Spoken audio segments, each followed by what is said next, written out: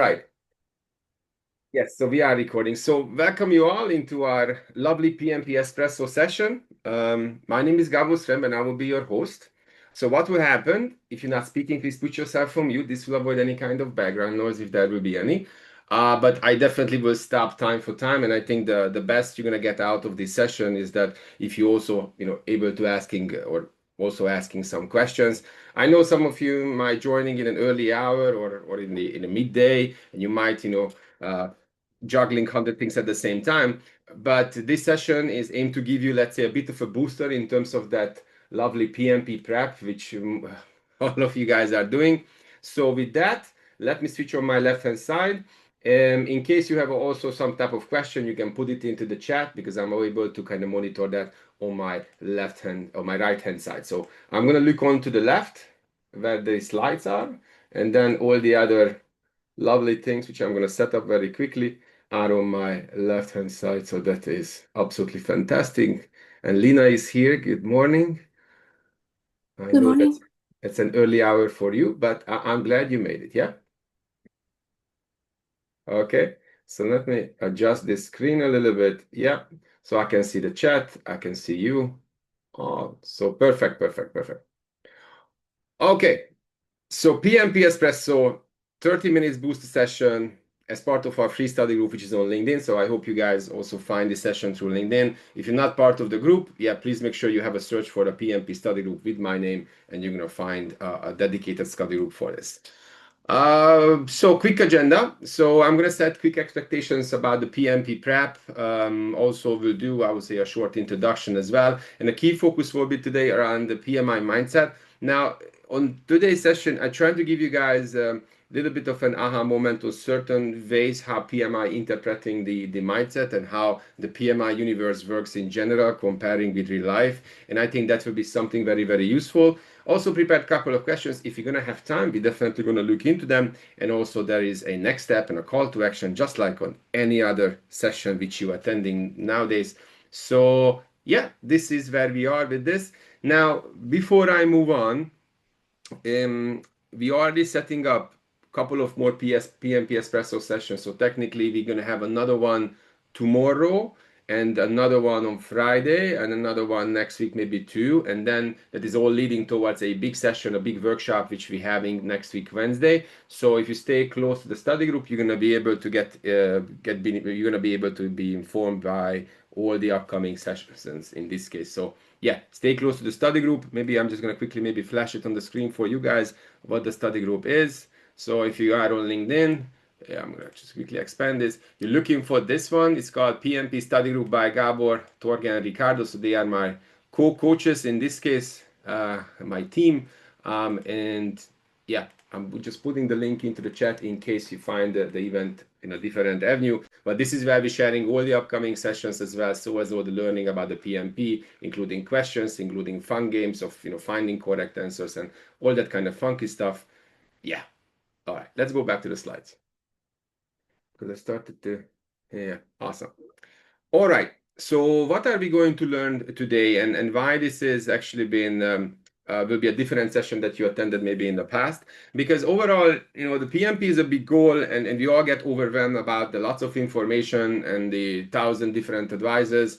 I like to say, so I'm based in the UK, and I like to say that the PMP prep is almost like the league of 100,000 football coaches. Everybody knows better. Everybody has a secret sauce. Everybody knows what to do best. But at the end of the day, I think many advices are lacking with expertise or lacking the facts which are coming from the PMI website. So technically what I'm going to share with you today and all the upcoming sessions, so half of it is coming from the PMI website. So I'm not telling technically anything new than what PMI is telling everyone out there. And the other half is coming from my experience, me passing the exam, which I'm also going to touch base a little bit. And so as, working with other people and what really worked for them in this case. Because altogether, I think there are a couple of things which you need to consider upfront to make sure that you successfully pass in this exam. And without me trying to scaring you here, the first thing which you need to be aware of is the current passing ratio, which is 1 out of 3 every day. Now you might gonna go into Reddit, you might gonna go to into LinkedIn. I mean, it sounds like so easy, so many people are passing, but the current passing ratio is 1 out of 3. And I just wanted to make sure you are aware and you're not, let's say you take this preparation with some level of caution, you are cautious in terms of the preparation, because I meet more people who failed first, second, or even third time because simply they just not prepared on the way what PMI is, actually explaining to them or what is asking on the exam. So just to make sure you are aware. Also, the other thing, hopefully, you already know this, but we don't know the passing rate. Okay, I don't know, and nobody knows. Not even the ATPs. Technically, nobody knows the passing rate, and simply because PMI do not tell it to anyone. But okay, let's say you might see the phenomenon. Some people say, 80%, some people say 70%, some people say 60% is enough. Now, at the end of the day, everybody has a claim simply because on the PMI website, PMI say explicitly every person will get a unique passing score or passing percentage. Now, how does that possible? Very simple. PMI is categorizing questions. You can have on your exam day lots of expert level questions, passing rate will be lower, or you can have less expert level questions, passing rate will be higher. That's exactly why you see that some people will say, oh, you just need 60%, you just need 70%, you just need 80%. Now, in general, what worked for me and what really works almost everyone, 99% of the people, is that you need to adopt to the mindset of the higher you score, the likelihood that you pass is also higher. And the main reason you need to adopt to this type of thinking, because we also know that all questions are situational. So nobody will ask you a definition of a scope baseline or a backlog. So nobody will ask you this. And that's why I would say that we all know it's going to be situational, and that's what makes it so challenging. And also I want you to kind of challenge your ideas in terms of preparation, because if you start today, the PMP prep, technically you can be certified by 10th of November or even before that. Simply because if you're focusing on what the exam is all about and not trying to become the PMP professor, it's going to be very much more easier, because we know exactly that the exam content is this much, yeah, but the exam itself is just this much. But get to this small amount, you still need to have a full coverage. And that's the reason, let's say, most people, spend 147 days, almost 6 months in the exam prep, but I keep telling them, this is not a weight loss program, yeah? You can get this done quicker, faster. It's still going to be work, but since we know how the questions are looking like, we know exactly what PMI is asking you, it's going to be very much more pleasant than you say that I'm here to learn anything and everything, like almost like a university degree, which is not the case in this case. I'm going to touch base on this 8 weeks exam prep. So that's what worked for me. That's what actually been really help other people as well to passing it in a reasonable amount of time, because again, you do not need to spend 6 months into this. All right. If you are still with me, can you give me a quick thumbs up? In that case, I know that you guys are also with me in this case. Maybe I'll do a quick screenshot as well. Okay, 1, 2, 3, 4, 5. Perfecto. All right, so perfect. So I just gonna have my lovely screenshot as well, which I'm gonna later post to the group. Awesome, awesome, awesome. Okay, so let's dive into more details to make sure that you also going to get some good information out of it. So, and that is September 16th. Perfect. All right. So why let's say, try to be your expert here, because I failed the exam 2 times. Okay. So for me, this whole PMP was a journey, like most people will say, and I hate it. So like, failing 2 times, it was really even questioning me to be on a career path of project management. Because I had I've been to boot camps, I had online courses, I had many simulators, I had many books, but what I realized that more knowledge were not helping me. um, you know, all of you more or less, half of the things which PMI is asking you. But where the challenge is that how you're going to translate your experience into the PMI universe to make sure you understand that when PMI calls a scope baseline this, and then the difference between a validate scope versus the sprint retrospective, that you have an understanding, and that clarity will translate into that you're going to answer questions quickly and correctly as well. And technically, that's what really kind of the secret sauce to focusing on the mindset, understanding the study plan, understanding what to study, when to study, how to study, what's the weekly KPI you need to meet to make sure you are on track. Because overall, we are all project managers, but sometimes, the most difficult project to manage is our own project, which is preparing for the exam. So I think, yeah, but yeah, don't get me wrong. All of you been there. All of you going to go through some level of hurdle. But that's what I'm trying to give the guidance. And so far that the guidance really helped around 700 plus people to get things done, which is truthfully amazing. Now, before I'm going to look into the mindset, I just wanted to give you guys a little heads up here in terms of why we're not feeling ready for the exam and why sounds so overwhelming. And number one, the first thing you need to ask yourself, do you have the right materials? Now, here is, let's say, my little clarity page for you. So the learning for the PMP is falling into a learning cycle, which I'm going to explain in a second. Now, we all start the preparation with the exam content outline, which is going to give us a clarity on how the questions are looking like. I'm not going to flash it on the screen for 2 minutes, but you guys can also read it. But that's the blueprint what the exam is based upon. That's the blueprint what the exam is based upon. Now, in terms of preparation, I still meet people, they say, I have the latest pen book guide and that's good enough. Now, unfortunately, that's not good enough, simply because PMI say so. PMI say that the minimum you need is going to be the pen book 7, the process practice guide, and the agile practice guide. That's the bare minimum you need. Okay, that's the source of the information. But also at the same time, you can go into trainings. Let's say you can go into boot camps, or you can go into do online courses. You can buy a book through Amazon if you like, or there are many other programs that you can take. Now, what I want you to realize, is going to be the following: that if you go to a boot camp, which is in some extent very expensive, let's say you go for a 5 days boot camp. Now, the 5 days boot camp was created using the pen book 7, the process practice guide, and the agile practice guide, which means theoretically all these materials are technically exactly the same. It is just explain the same thing slightly differently. So there is no difference. If you go to a boot camp and they're giving you a set of slides and you are happy with that, do not even consider to reading the pen book guides, because it's just completely an overkill, an unnecessary slowness on your preparation, which you don't need in the first place. Yeah. Also, if you go into Udemy and grab one of the best sellers, I'm not affiliated with anyone, but happy to say, if you go with Andrew Randall course, Joseph Phillips course, David McLachlan course, or whoever that is, they are also used the same source material, which is technically makes everything the same, is just explaining you the same slightly differently. If you are a reading person, you go to Amazon, you're grabbing a PMP preparation book. Is it that based on the PMI materials? Absolutely. So eventually, there is no difference if you take a boot camp or you take an online course or you go and read your book. And if this is clear to you, can you give me a thumbs up? Because this is one big obstacle where people will say, I take an online course, I'm going to grab a book, and after that, I'm going to, let's say, get started. But eventually, all of them are the same. And I would say 99% of the materials you're going to find, I'm just going to give you one thing. You buy, you enroll, and you read, you watch the video, and you're miraculously ready, but nobody's there to answer you any questions. And I think that's all because of some extent a lack of clarity. That was on another slide I'm actually referring to, that we're still preparing for the PMP like 1999 because there is no innovation here. Now, where is the missing component? And that's where I'm also going to come into your picture, is that, you need to focus on the PMI mindset, which is AKA the logic of PMI. You need to have an understanding that why the 49 processes are working on the way they work. You have to have an understanding why Scrum works the way it works.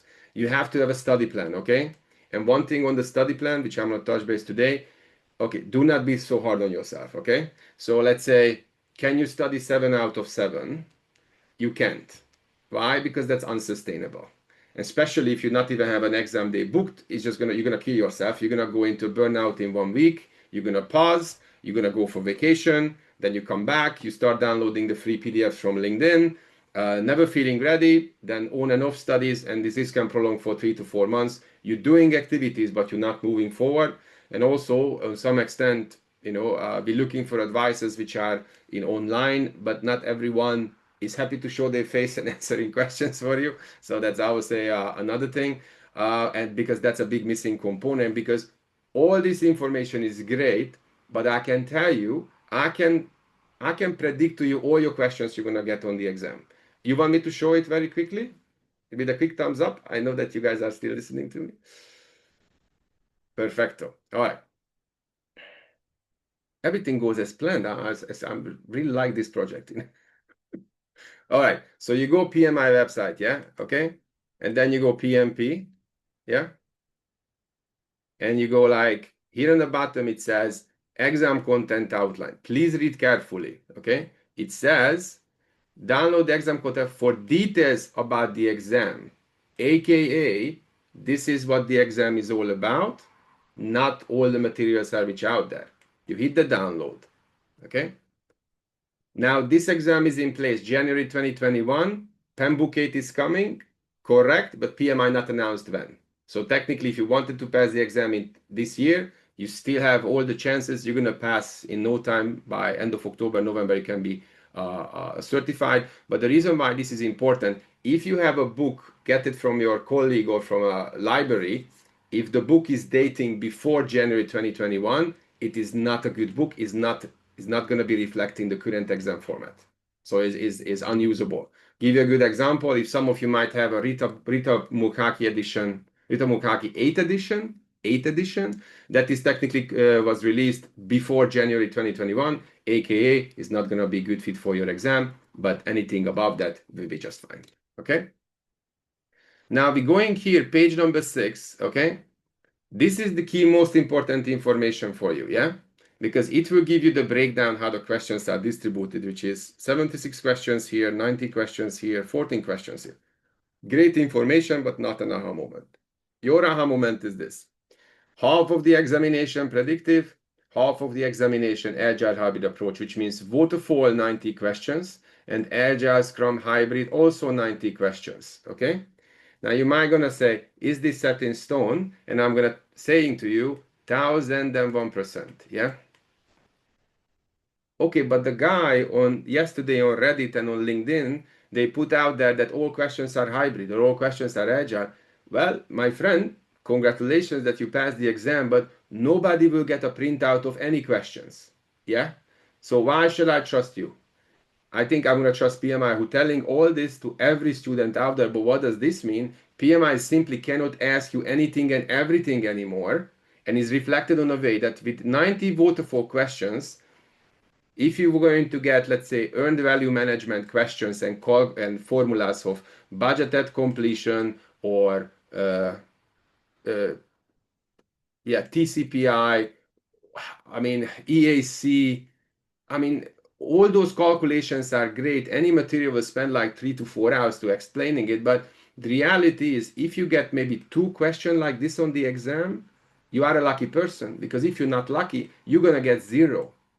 So why on earth I need to spend so much time and mastering something which is never going to be tested on the exam? And again, if you felt like that, the PMP is your passion project and you wanted to study 6 months, that's absolutely fine with me. But remember, PMI wants you to have an end-to-end understanding waterfall, an end-to-end understanding from Agile Scrum, beginning to an end. You need to demonstrate the understanding of the differences, because that's what the questions are. That's where they are. Because PMI is more interested where Agile waterfall collides, which is communication, stakeholders, leadership, conflict management. They do not care can you calculate a critical path and a float, because any project management will do this for you. Otherwise, this exam will not have that level of value and reputation that what it is, that the PMP is really, like, say, your golden standard in project management. That's your bachelor degree in project management. But again, the more you rely on facts than what other people are saying, I mean, you're going to be better off and pass this exam, I would say, way much faster than you might think. Okay? Because this is set in stone. Half this, half that. So simply PMI will not be able to ask you all this information or all the questions. Okay? So make sure you review that. And maybe just one thing before I go back to my lovely materials. You're going to see the domains, yeah? Each domain consists certain amount of tasks. Okay? So this is here because PMI will test you every single task in every single domain. Oh, what does that mean? If you understand each and every task here, you know exactly how the questions are looking like. That's why I mentioned that I can predict to you all your questions, because PMI put this out there for every student around the globe, but you need to spend time to understanding it, and you need to have, let's say, a full coverage, because it gives you a good insights here. Managing conflict in waterfall is explained in two areas: communication management and stakeholder management. You need to cover both to get to a conclusion how to manage conflicts on waterfall and then how to manage conflicts on agile. That's why you need to spend also an understanding here, but this will give you a clarity. This will filter out what exactly you need for the exam perspective. Now, unfortunately, I'm not going to go into more details, but in the upcoming sessions, I will. And next week, I'm having a 90 minutes workshop, which you guys can join, and I'm going to go into this 10 times more in details. But before I move back, is there any question? If not, with a thumbs up, I know the indication that you are still with me. Amazing. Again, rely on facts, rely on reliable sources, because this is the league of 100 million football coaches, okay? So going back into here now, and here is the PMI mindset. Now, what PMI does, they giving you lots of theoretical information, lots of theoretical ideas, but they're not necessarily going to explain how to implement every theoretical idea into real life. And that's where I would say that you need to consider that the PMP prep will have a theoretical preparation and it will have a more practical preparation. Now, the practical preparation will focusing on the questions, because in very simple terms, you need to answer questions correctly on PMI terms. That's what really the exam is all about, okay? Now, they're going to give you, let's say, a very detailed explanation, what predictive is, what iterative, incremental, and agile is. But I think your key, most important focus should be understanding how predictive, aka the waterfall, works and how agile works in a nutshell. Because where PMI makes things deliberately complicated is when they're introducing the iterative and incremental life cycle. Remember, before Agile was invented, we not even had iterative or incremental life cycles. So iterative incremental is just a side effect of Agile. Again, in the PMI universe, you do Agile for only one purpose only, to running software development projects, IT, better, quicker, faster. So in the PMI way of thinking, Agile cannot be used anywhere else. Now, how you do things real life or how you see these things real life, that's almost doesn't matter, because real life we make things work. But here for the PMP, you need to know how the PMI universe works, which relies on the best practice. And you need to know the best practice, answering situational questions with the best practice information. Now, just to make things clarified, what PMI does, they're separating the mindset, the way we think, and they're separating the actual delivery, that how we're doing projects. Because they are the best practice. They tell us exactly how to run certain type of projects. Now, how does this look like? So if you go with Agile, and this table will save you 3 weeks in your exam prep. This is so powerful. So if you understand this, you save so much time. So Agile, the mindset is the 4 values and 12 principles, yeah?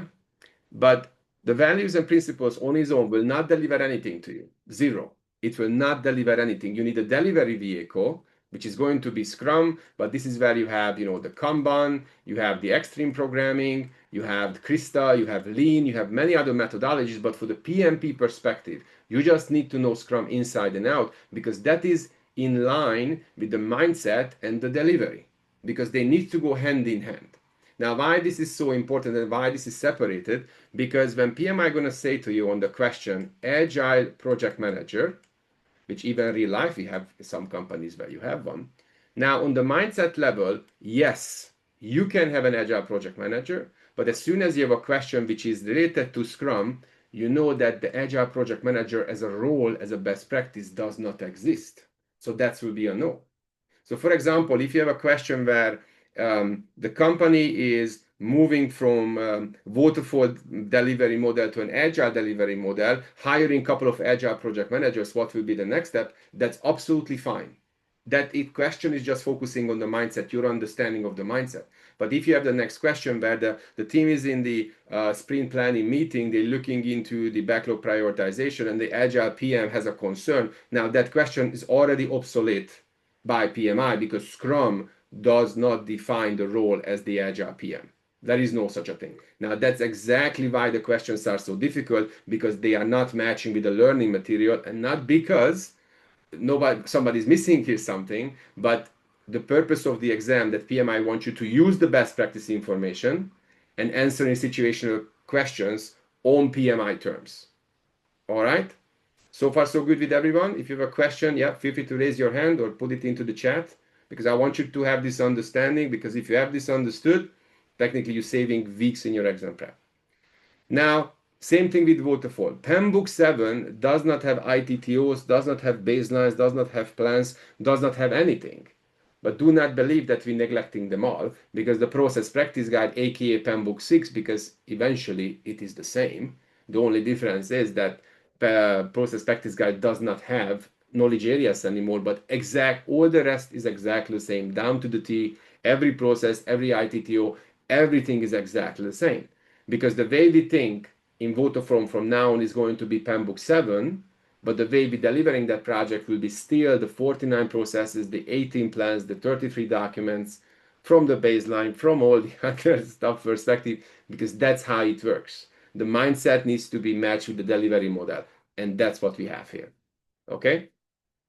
Now, hybrid is technically a great theoretical discussion, because we know that we can marry the best of agile, best of waterfall, but the main problem is we just simply don't know how to do it. Why? Because remember, there is no hybrid project management best practices guide. What does this mean? That my definition of hybrid is different than Akshaya, different than Basham, or Cynthia, or Ingrid, or Lina, or Michelle, Quincy, or someone. So all of you have a different interpretation of hybrid, and that is fine. But from the PMP exam perspective, you need to remember that there is no cherry picking in the process, because this delivery, actually how to do it, PMI never tell us. So when we're going to do a hybrid question on the PMP exam, there is only two ways to solving it, which is either we can solve it a waterfall way, or we're going to solve it in a Scrum way, because there is no other way of solving it, because PMI never give us a step-by-step cookbook of how to do it. And the more you remember this, this whole exam will be way much more easier from that overall perspective. Yeah? That there is no hybrid project management best practices guide, and still till date there isn't. So again, we can marry agile waterfall, but how, they never tell us. Okay, is this kind of clear with everyone? With a quick thumbs up, you guys can let me know that it's kind of clear. If you lost, you can also let me know. But that is the first thing that you understand, because if you understand this, all this learning curve you're going through will be way much more easier. Okay. Now, unfortunately, so we have only a half an hour session, and by the way, tomorrow there will be also another session with my other coach Ricardo.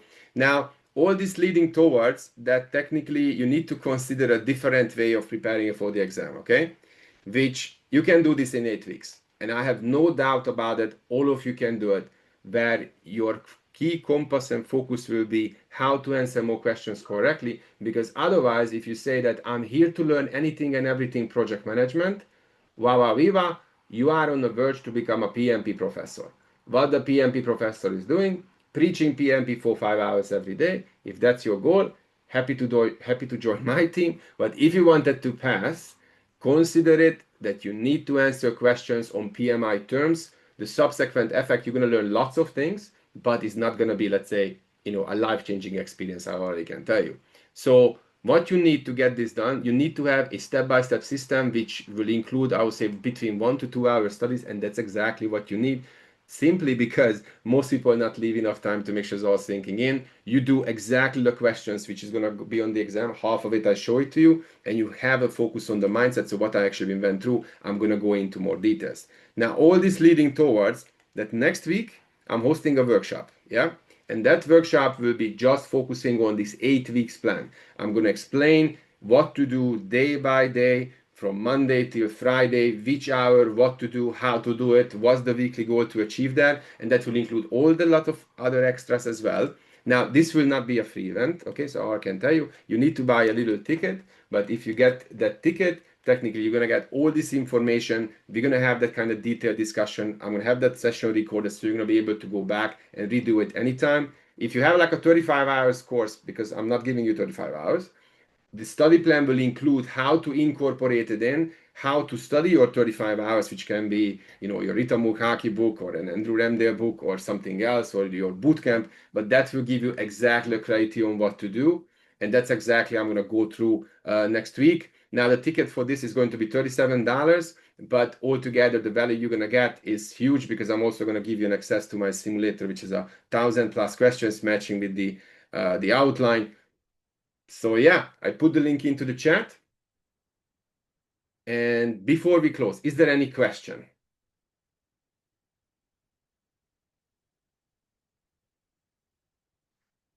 All right. In that case, please stay close to the study group because there will be another session tomorrow and there will be 2, 3 more next week or even this week as well, because we wanted to make sure that you guys have an awareness on what to do. Okay. This session is technically going to be life-changing for you because I'm going to get you all the details of how to do this 8 weeks plan. And this is not going to be, let's say, you read this, why and meet you next week. It's going to be detailed on a day-by-day basis. Together with the mindset, you're going to be so much more equipped than all the others because, again, I'm not here to scare you. 1 out of 3 people passing every day. Only 1 out of 3. And since the exam is so expensive, we all wanted to pass first try, and I'm here to help you. So I'm so glad you guys joined. Hopefully, we'll see you on the other sessions this week, which will be with Ricardo and myself. I will have another one, which I host on a Friday. Look for the events on LinkedIn. In case you have any question, feel free to reach out to me. Yeah, asking a question costs $0. Yeah, I might be busy, but I will respond to your question. All right. So with that, thank you all, and we'll see you next week or later on. I think there will be one tomorrow and also for Friday. So we'll see you later on. Bye bye, guys. Speak soon.